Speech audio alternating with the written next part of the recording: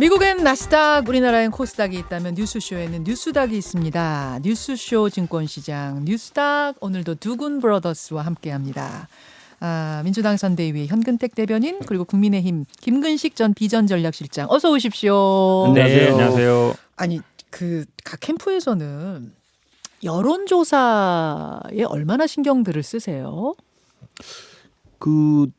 저희 국민의힘에서는 일단 여의도 연구원이라는 정당 연구기관에서 자체적으로 여론조사를 하는 게 있고요. 그리고 또 이제 선대위가 꾸려지고 선대본부 안에 이제 캠프가 있는데 캠프 안에서도 수시로 여론조사를 자체적으로 돌려서 또는 외부의 전문가들이나 또 외부의 또 자문을 받아가지고 분석을 해서 정기적으로 주기적으로 판세 분석을 하는 것으로 알고 있습니다. 신경이 쓰여요? 쓰이죠, 당연히. 매일 나오는데도. 당연하죠. 신경 안 쓴다 그러면 거짓말이죠. 왜냐하면 아. 결국은 이 수치로 보는 게 이거밖에 없잖아요. 그렇죠. 물론 이제 여론조사 기관마다 뭐 조사 방법도 다르고 뭐 이러지만 그래도 정기적으로 조사하는 주요한 기관들이 있잖아요. 네. 그런 걸 뭐 몇 군데 대충 이제 알고 있는데 그런 데들은 당연히 주의 있게 볼 수밖에 없죠. 그러니까 월요일 아침에 이 여론조사들이 많이 쏟아져 나오지 그렇죠. 않습니까? 두 분이 들어오시는 표정을 보면 오늘 여론조사 이렇구나. 제가 이런 감을 잡는데 어제 나온 조사가 한 두어 개 있었고요. 오늘 아침에 조금 전에 또 하나가 나왔습니다. 오늘 아침 조금 전에 나온 조사 새로 좀 보여드릴게요. 이거는 오마이뉴스가 리얼미터에 의뢰해서 한 조사입니다.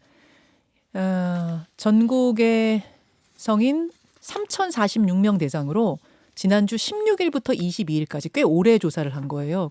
샘플도 수도 좀 많네요. 3,046명.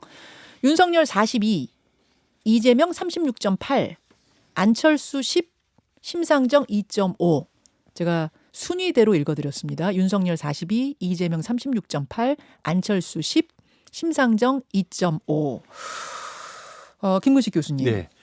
우선 이제 이게 재밌는 여론조사의 좀 특징이 매일매일 500명씩 샘플을 여론조사를 한 겁니다. 이 조사는요? 네, 대부분 이제 여론조사 기관에서 여론조사를 하면 이틀 정도 해서 샘플을 다 채워가지고 하는데 이 오마이뉴스하고 이 리얼미터에서 하는 것은 매일 500명씩 샘플 조사를 하기 때문에 일간 흐름들을 좀 일종의 추이를 좀 알 수 있는 특징이 있는 것 같아요. 그래서 이 여론조사가 조금 특이한 좀 주안적인 특이점을 갖고 있다는 거고요. 뭐 간단히 말씀드리면 이재명 후보의 정체는 뭐 여전히 유지가 되고 있고, 그 다음에 이게 지난주 일주일 동안 한 겁니다만 첫날 월요일 화요일이라는 것은 그 전 일요일 날 이른바 MBC 스트레이트 방송으로 김건희 씨 녹취록 파문이 클 것으로 예상을 했는데 이 여론조사 결과에 따르면 월요일 화요일 날 오히려 윤석열을 지지하는 흐름이 더 강화됐다고 나옵니다. 일별 분석에 보면 일별 그래요? 분석에 그게 이제 특이점으로 좀 눈에 꼽히고요. 그러니까 오히려 위기의식 속에서 지지층들 결집하는 효과들이 있을 수 있거든요, 정치적으로. 그리고 그게 이제 일정 정도 일주일 동안 판세가 유지가 돼서 일주일 동안의 전체적인 흐름은 윤석열 후보가 지지율이 올라가는 그런 지금 모양으로 결정이 됐고, 또 하나 특이점은 안철수 후보가 좀 빠지고 있는 양상을 보이고 있습니다. 그래서 이건 이재명 후보가 박스권에 갇혀 있는 상태에서 윤석열 후보의 하락세가 다시 반등으로 올라가면서 이건 사실은 안철수 후보로 가있던 후보가 다시 가있던 지지층이 다시 돌아오는 거기 때문에 당연히 안철수 후보의 지지층은 좀 빠지는 것으로 보이는 것 같습니다. 요 조사로만 봤을 때는 안철수 후보가 지난주 12%에서 이번 주 10%로 조금 빠진 걸 실제로 볼 수가 있네요. 현근택 대변인님. 네, 뭐 전체적으로는 뭐 지금 김 교수님 분석으로 동의하는데요. 근데 이제 지금 아마 좀 유익 있게 볼게요. 아마 일간 조사를 하다 보니까 이제 이게 지금 매일 500명씩 한다는 거잖아요. 네네. 그러다 보니까 일간 추세를 안 볼 수 없는데 지금 보면 아마 월화수 정도에는 아마 스트레이트 보도 영향이었던 것 같고, 그게 이제 아마 굉장히 뭐 높게 나타났던 것 같고, 윤석열 후보 지지 쪽으로. 근데 후반으로 가면서는 아마 무속 논란이 좀 많이 나왔던 것 같고, 이게 결국은 나오면서는 좀 윤석열 후보 지지가 빠지고, 뭐 건진법사 이런 논란들 그렇죠. 나오면서 이게 나왔던 걸 보면 결국은 아마 스트레이트 보도는 오히려 윤석열 후보에 약간 득이 되고, 무속 논란은 윤석열 후보에 분명 실점이 되고 있다, 이렇게 보이는 것 같고요. 그렇게 뭐 분석을 그다음에 하시는군요. 뭐 욕설 논란도 물론 이제 거의 동시에 나왔는데 이거에는 크게 영향을 안 받는 게 아닌가, 그렇게 좀 보고 있고, 결국은 아마 그렇게 본다 그러면 사람들이 보는 게 이제 당선 가능성을 많이 보게 되는데, 당선 가능성도 약간 주 초에는 조금 벌어졌다가 주 후반에는 거의 같은 수치로 나오고 있어서 결국은 지금 현재 상태에서는 팽팽한 접전 아닌가, 이렇게 보고 있습니다.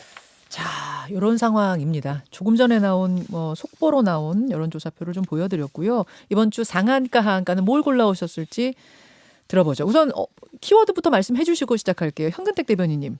뭐 연장선상이고요. 저는 이제 무속 수렁에 빠진 윤석열 하한가로 했습니다. 무속 수렁에 빠진 윤석열 하한가. 김근식 실장님.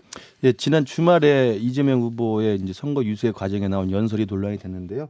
거기서 제가 하한가로 가져온 것은 도둑 재발절인 이재명 이게 잡아왔습니다. 도둑이 재발절이다 이재명 하한가. 그 이야기부터 그럼 좀 시작을 해보죠. 아까 강훈식 의원하고도 잠깐 얘기를 했었는데 석촌호수, 서울의 석촌호수에서 지지자들을 놓고 아마 즉석 연설이었던 것 같아요. 네. 이제 즉흥적인 연설을 하던 중에 나온 발언입니다. 짧은데 좀 강력했어요. 들어보시죠. 제가 지면 없는 죄 만들어서 감옥 갈 것 같습니다, 여러분. 끝. 제가 지면 없는 죄 만들어서 감옥 갈 것 같습니다, 여러분. 왜 이걸 골라오셨어요? 저게 그냥 나온 이야기라기보다는 저는 전반적으로 지금 이재명 후보 측의 이제 그 지지율 정체 현상 그리고 윤석열 후보의 반등이 추세가 보이면서 민주당 내에 전반적인 좀 폐색이 짙어지는 분위기가 아닌가.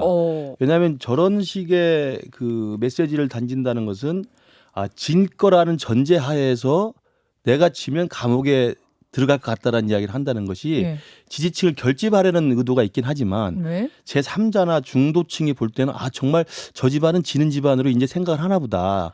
이런 인식들을 저는 강하게 갖고 있다고 생각을 합니다. 그렇게 생각할 수 받아들이기는 있다? 분명히 그렇게 봐야 된다고 생각합니다. 그래서 저게 이제 물론 그 전체 맥락을 보면 윤석열 후보가 검찰 출신이고 그렇기 때문에 윤석열 후보가 당선이 되면 검찰 구속이 될 것이고 그러면 없는 죄도 만들어서 자기를 탄압할 것이고 내가 감옥에 갈 것 같다라고 이야기를 하는 거지만 전체 맥락에서 보면 이재명 후보의 대장동 게이트 의혹, 그다음에 변호사비 대납 의혹, 그리고 과거에 뭐 욕설 논란, 뭐 스캔들부터 시작해서 다양한 논란들이 있었지 않습니까? 사생활과 관련된, 그다음에 정과 사법 이야기 이런 등등 이야기를 하면 정권이 바뀐다고 그러면 대선 후보로 졌던 사람을 굳이 뭐 감옥에 넣어야 되는가 이런 기본적인 회의부터 들지만 저는 개인적으로 생각했을 때 대장동 게이트는 지금 수사가 진행 중이고 아직 끝나지 않은 사안이기 때문에 분명하게 불법과 비리와 범죄가 있다고 한다면 뭐 정권이 바뀌든 안 바뀌든 그 수사는 끝까지 지속이 된다고 보기 때문에 없는 죄를 만들어서 감옥에 간다고 그 사람들한테 좀 호소하는 것보다는 오히려 전체적인 맥락에서 보면 스스로가 내가 질 경우 감옥에 가야 하는 거 아닌가라는 그래서 제가 이제 도둑이 재발절인다라는 이야기를 제가 속담을 빌려서 이야기한 겁니다. 그래서 저는 스스로가 죄를 졌고 범죄 사실이 연루돼 있다는 것을 알고 있기 때문에 정권을 뺏기면 자기가 수사적인 처벌 대상이 될 거란 생각하고 또 한편으로는 이제 내가 지를 수밖에 없지 않느냐라는 패배 의식이 좀 많이 깔려 있는 게 아닌가 생각을 합니다. 자, 현근택 대변인. 희망사항을 계속 말씀하시는 것 같은데요.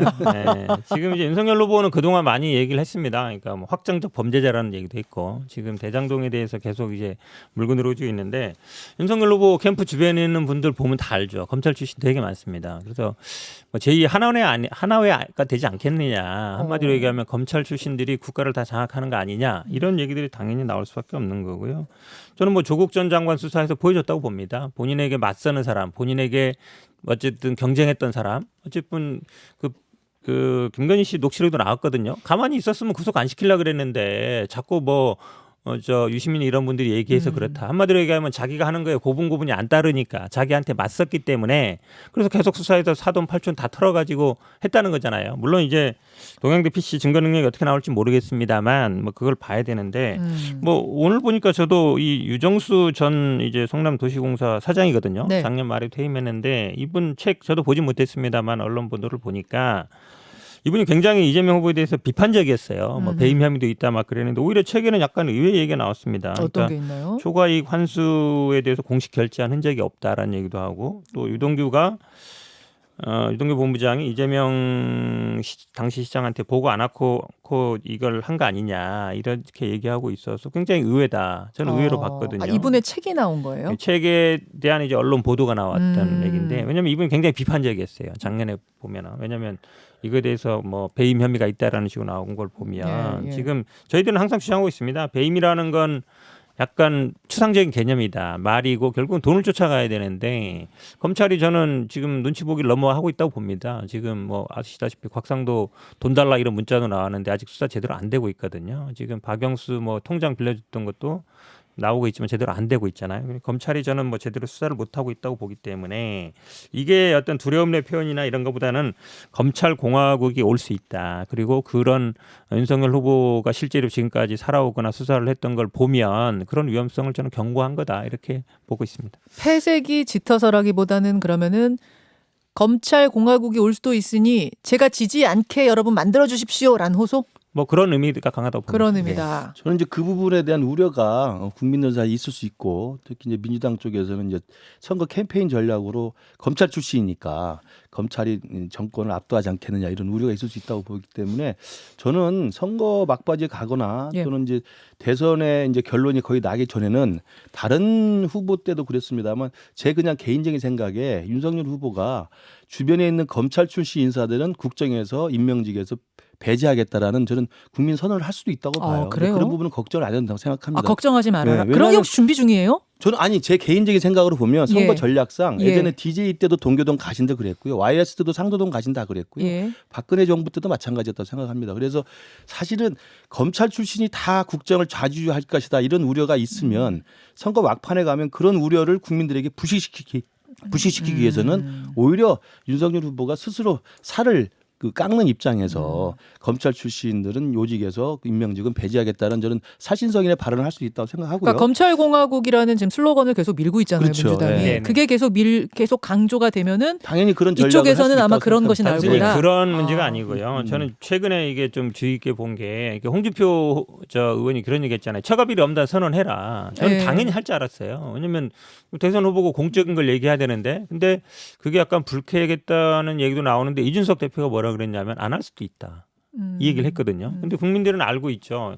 장모라든지 관련된 사건들이 검사이고 이럴 때는 다 처벌을 안 받았어요. 나중에 이제 정치적인 행보를 하고 이러면서 이제 어찌 보면 문제가 돼서 최근에야 이제 재판을 받고 있는 상황이라 아니, 본인하고 가까운 사람들은 이렇게 죄를 지어도 지금 유죄 나고 있거든요. 이런 것도 다 기소도 안 되고 이러는데 부인 사건도 마찬가지고요. 그렇다 그러면 말씀처럼 검찰 출신들이 안 하더라도 지금 윤석열 후보가 만약에 된다 그러면 본인의 원래 가까웠던 사람들은 다 빠져나가고 본인에 맞섰던 사람들은 다 처벌을 받고 이런 상황을 제가 보기에 맞을 수 있는 게 아닌가. 저는 실제로 그런 생각이 들고 국민들도 아마 그런 생각을 갖고 있을 것 같습니다. 그런 부분은 제가 볼 때 처가비리 엄단을 홍준표 의원이 요구했던 것에 대해서 반대한 게 아니고 불쾌한 게 전혀 아니고요. 그건 공천권 요구에 대한 이야기에 대한 그런 논란이었고. 보도들이 있었죠. 그렇죠. 불쾌한 거 그래서 아니냐. 제가 알기로는 그게 아니고 처가비리 엄단에 대해서는 이미 입장을 밝혔기 때문에 추가적으로 할 필요가 없다는 거였죠. 그러니까 법 앞에 모든 사람은 평등하고 그게 부인이든 장모든 처가비리 처가든 엄단하겠다는 말을 왜 당연히 못해요? 그건 뭐 당연히 법 앞에 할 수 평등하다는 있는데. 이야기를 했고 또 하나 이제 말씀하신 것처럼 검사 시절에 봐준 게 있고 더 뭐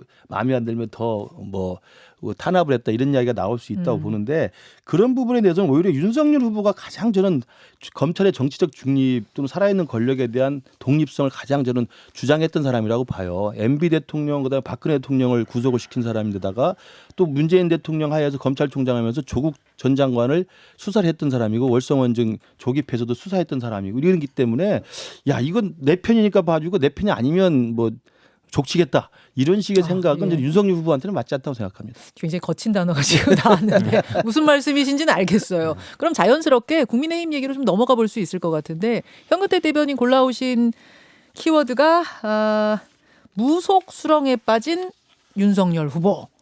수렁에 빠졌다고 보세요? 저는 빠졌다고 봅니다. 왜 그러냐면 이게 지금까지는 계속 논란이 그러니까 김건희 씨가 무속과 가깝다 뭐 이런 얘기들이었잖아요. 근데 저는 최근에 이게 나오는 게 보면 약간 윤석열 후보도 거기에서 크게 다르지 않다라고 볼 수밖에 없는 게 윤석열 후보 본인도? 그렇죠. 왜냐면 이게 개인이 예를 들어 지금 뭐 언론 보도에 나오는 거 보면 예를 들어서 뭐 고시 공부를 계속 할 거냐 말 거냐 누구랑 결혼할 거냐 개인적으로는 뭐 그런 걸 할 수 있다고 봐요. 우리도 뭐 신년 운세 이렇게 보듯이 할 수 예. 있는데 이게 공적인 영역으로 들어오면 안 되는 거거든요. 어떤 판단을 하거나 어허. 어떤 일을 할 때. 근데 최근 저는 언론 보도 중에 가장 심각하게 봤던 거는 신천지 압수수색에 대해서 추미애 장관이 명령까지 했는데 그걸 안 했단 말이죠. 그 당시는 뭐라 그랬냐면 계속 압수수색을 하면 다 도망가 버린다. 오히려 더 퍼진다. 그래서 안 한 거다 했는데 최근 언론 보도에 나오는 거 보면은 아니 권진 법사라는 분이 이거 그분도 좀 영적인 기가 있는 분이니까 같은 편 만들어야 되니까 하지 말아라. 이만희 씨도 그렇죠. 그렇게 했다는 거 아닙니까? 그러니까 그렇게 했다고 보도가 있었죠. 조금 정확히 얘기를 하자면은 이제 권진 법사의 지인이라고 하는 라는 분이 사람이 언론 인터뷰를 세계일보에 한 거죠. 예, 얘기를 맞습니다. 했다 이거예요. 그 지적해서 고맙습니다. 제가 고발당한 조금 게 정확하게. 네. 근데 사실은 아시겠지만 이게 공적으로 결정할 때 굉장히 중요한 거거든요. 왜냐하면 공적인 의사결정이라는 거는 그럼 만약에 대통령이 됐을 때도 나중에 뭘 할 때 이런 분들의 지적을 받아서 하면 뭐 혹시 의사결정을 할 게 아닌가 국가의 중요 결정을. 근데 오늘 또 아침에 좀 보도가 하나 있었는데 이제 이 삼부토건 관련된 것들이 이제 무정 스님과 뭐 윤석열 후보 그다음에 김건희 씨가 가깝다는 건 언론 보도에 많이 나왔잖아요. 네. 근데 파주 운정지구에 아마 수사했던 거를 본인의 굉장히 치적으로 보고 있는데 그 당시에 삼부토건이라는 건 어찌 보면 이제 뭐 실체 배후에 있는 업체였고 앞에 이제 시행사는 조그만한 데였는데 앞에 시행사들은 처벌을 받았는데 삼부토건은 처벌을 안 받았거든요. 이 부분이 결국은 그러면 이 당시에도 이 중간에 깨 있는 분이 이제 무정순이라는 사람이 깨 있는 거잖아요. 예. 그리고 결국은 이런 어쨌든 수사를 하는 과정 이런 데도 영향을 미치는 게 아닌가. 그렇게 본다 그러면 국민들이 보기에 이 무속 논란은 단순히 김건희 씨 논란이 아니라 윤석열 후보의 가치 판단, 의사 결정에도 굉장히 영향을 미치고 있지 않느냐. 이제 이런 의심을 살 수밖에 없는 거예요. 그러니까 요거는 진짜 국민의힘의 설명을 좀 듣고 싶은 네. 게 주말 사이에 무슨 무정 스님이 코치를 해가지고 고시 공부 그만하려던 거를 3년 더 했더니 진짜 붙었다. 붙고 나서도 판사할까 검사할까 뭐 이러고 있는데 무정 스님이 검사하라고 해서 검사했 이런 얘기 나왔고요. 그다음에 뭐 하여튼 뭐가 많이 나왔어요. 좀 설명 좀 해주십시오. 그러니까 일단 그 좀 구분해서 봐야 될 게 예. 정확하게 팩트 체크가 안 된 카드라 통신이 일단 많고요. 대개 이제 무속 관련된 논란은 항상 카드라 통신이 많습니다. 근데 지금 제가 말씀드린 요 부분은 김건희 씨 입에서 나온 그러니까요. 말이잖아요. 네. 카드라 통신이 일단 많다는 거 아까 무정스님이나 뭐 일광사 이야기하는 거나 이런 것들은 카드라 통신이 많다는 거 말씀드리고 두 번째는 이제 김건희 씨의 이제 육성으로 나온 예, 대화 예. 중에 나온 이야기들은 그 결혼하기 전이고 또 김건희 씨가 평소에도 본인 스스로도 내가 좀 영성이 있다라고 이야기를 했고 그런데 관심이 있을 수 있죠. 그리고 잘 아시다시피 김건희 씨의 국민대 박사학위 논문이 이 운세에 관한 그렇죠. 컨텐츠지 않습니까? 사주 컨텐츠. 그러니까 뭐. 이게 잘 봐야 될 게 무속이라는 것으로 이걸 신비화시켜서 이상하게 구판을 벌이는 것처럼 이 분위기를 몰아가는데 무속 신앙이라는 거하고 우리 그 민족이 가져왔던 토속 신앙이라는 게 있습니다. 그래서 예. 토종 비결 보고 뭐 한 주의 운세 보고 어허. 그다음에 점집 가는 사람들이 재미삼아 많이 가지 않습니까? 이게 일종의 이제 치유가 되기도 하고 또 컨설팅이 되는 의미도 있기 때문에 그래서 그런 우리 민간에 광범위하게 퍼져 있는 아주 그냥 바람직한 형태는 아닐 수 있겠지만 일반적인 형태에 관련된 신앙은 아니지만 그런 식의 관심 같은 것들을 하나의 무속으로 엮어가지고 구판을 벌이는 이상한 그 신비주의로 몰아가는 건 제가 볼 때 구분할 필요가 있다고 생각하고요. 그렇기 때문에 고시 공부를 하는데 9번 떨어지고 7번 떨어지면 답답하잖아요. 그러면 주위 사람한테 물어볼 수 있는 것이고 또 이 사람 저 사람 이야기를 또 듣고 또 여러 가지 충고도 들을 수 있는 거잖아요. 그걸 꼭 집어가지고 무속에 의존해가지고 모든 걸 하겠다 제가 이야기하는 건 보기에는요, 제가 볼 지금 때 이제 굉장히 과도한 정치 문제라고 봐요. 지금 아마 이 김건희 씨 심기 관리를 너무 열심히 하시는 것 같아요. 왜 그러냐면 제가 이제 고발 당하기 저도 참 어처구니가 없는데 뭐였냐면 이게 세계일보 보도를 인용하는 과정이었는데 아마 그 건진법사 처남이 그 윤석열 후보 수행한다는 얘기는 있었잖아요. 그다음에 그 딸이 그 뭐 SNS 관리나 이거 한다는 얘기가 있었거든요. 근데 제가 이제 언론에 방송에 나와서 딸이 김건희 수행하고 있다는 언론 보도가 있다 이렇게 말한 거예요. 이제 그거를 이제 허위사실화 고발했던데. 고발당하셨어요? 그렇죠. 근데 실제로 언론 보도에 그런 보도도 있었습니다. 몇 군데 제가 보니까. 왜냐하면 여러 가지 소문들이 있었어요. 그다음에 그 아들도 관여하고 있다 이라고 했는데 저는 사실 그거에 대해서 약간 유감 표명도 하고 했는데 실제로 고발까지 하는 거 보면 사실은 아들 처남하고 딸이 관련돼 있다라는 얘기들은 언론 보도에 많이 나왔었거든요. 그래서 그렇게까지 할 일인가 싶어서 저도 만약에 뭐 이거는 저도 만약에 뭐 이렇게 무혐의를 받거나 이럴 자신은 있는데 고발을 누가 했는지 궁금해요. 김건희 씨 이름으로 했는지 아니면 당에서 했는지 아니면 당에서 했죠. 당에서? 네. 그러니까 사실은, 그건 제가 당에다 이야기를 하겠습니다. 그러니까 그건 뭐 현 변호사 말씀대로 언론에 보도된 걸 인용한 것에 대해서는 사실은 그렇게까지 할 필요는 없거든요. 자 그러면 그러니까 뭐 시중에서 토정 비결 보고 그다음 답답할 때 점집 찾아가는 사람들이 있죠 실제로. 그럼요. 네. 이제 그 정도 수준이냐 아니면 그것이 국정 운영에 영향을 미칠 수준이냐 이걸 좀 나눠서 보자는 말씀인데 김무식 교수님은 전혀 그런 걱정은 하지 말란 말씀이에요. 그럼요.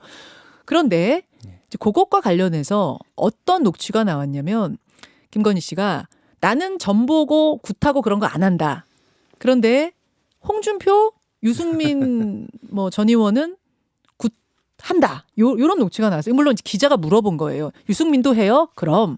홍준표도 했어요? 그럼. 요거. 그래가지고 단순히 점 보는 거 하고요. 굿하는 건 다르죠. 우리 점은 뭐 신년에 뭐 보는 분들도 많은데 굿이라는 거는 굉장히 좀 상황이 다른 거잖아요. 네, 그런데 예. 이거를 또 이양수 수석 대변인은 뭐 양쪽이 충돌되니까 어떻게 얘기했냐면 아마 뭐 지지자들이 했을 걸로 추측한다 그러는데 저는 홍준표, 유승민 지지자들이 했을 거다? 그거야말로 제가 보기에 진짜 추측이죠. 그렇게 빠져나가면 안 되는 것이고 저는 사실은 이 말도 좀 지금 이게 정치 공작이다. 고발 사주도 이제 정치 네. 공작이다. 이랬죠. 양측의 정치 공작이란 말도 있었는데요. 저는 더 오히려 심각한 게 본 게 영빈관을 옮길 수 있다.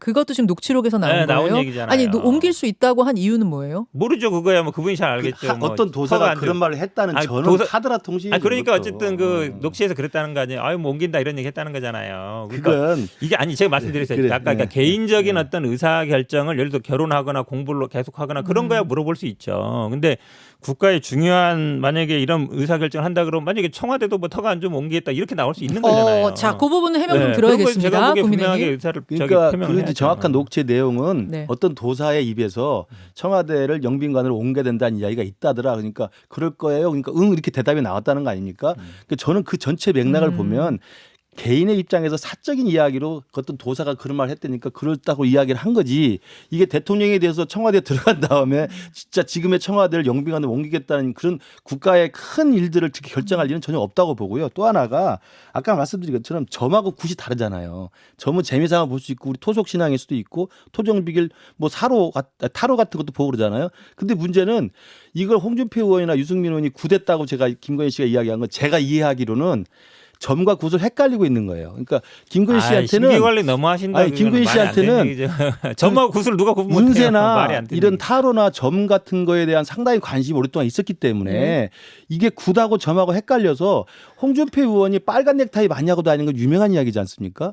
그러면 정치인들이 점을 보러 다닐 수 있죠. 그 정도 한 것을 갖다가 굿을 했다고 우리- 저는 착각했다고 혹시 그거 생각합니다. 해명 들으셨어요? 그렇게 들으셨어요? 그거 제가 캠프나 말할 수 어디서? 없죠. 예. 근데 어쨌든 헷갈렸다는 저는 이야기 헷갈렸다고 들으셨어요? 생각을 해요. 예. 아이 교수님 그리고 어떻게 총기가 홍준표 있으신데 의원이 점 보는 거하고 홍준표 의원이 굿하고 어떻게 굿을 어떻게 하겠습니까? 말이 안 되죠. 그러니까 제가 볼 때는 중요하게 본 와전된 거는 거라는 잠깐만 거죠. 내가 들을게요. 중요하게 본 거는 그렇게 하면 자기한테 다 안다는 거잖아요. 어쨌든 그 분야를 얼마나 많이 알면 홍준표 자기한테 다 보고가 의원이 들어온다는 얘기죠. 빨간 넥타이를 고집한다는 것이 정치권의 아니 유명한 저도 이야기잖아요. 파란 넥타이 그러니까 고집해요. 그런 그거하고 정도를 굿하고 다른 그런 거지. 정도를 저는 와전돼서 이렇게 말을 했다고 봐요. 자, 심기 관리 너무 열심히 사실은 하시죠. 제가 이제 저 사실대로 요거까지 말씀드리는 거예요. 얘기를 하고 이제 원팀 얘기를 조금 해보려고 네. 그랬는데 일단 시간이 다 돼서 여기까지 두 분과 원팀에는 말씀- 문제가 없을 겁니다. 자, 이 논란들이 지지율에는 어떤 영향을 미치는지는 이번 주 좀 두고 봐야 될 것 같습니다. 두 분 고생하셨습니다. 네, 수고하셨습니다. 감사합니다. 뉴스닥이었습니다.